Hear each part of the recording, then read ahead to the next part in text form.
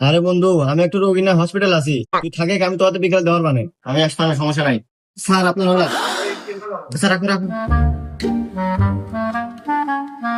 ভাইয়া তুমিও বসো, আসো একসাথে খাই।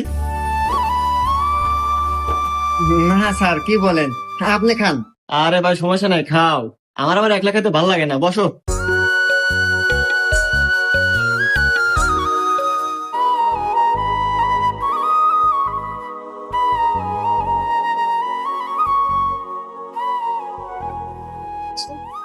স্যার আপনার বিল। ও কয় টেবিল হয়েছে? স্যার 400 টাকা। তাই না?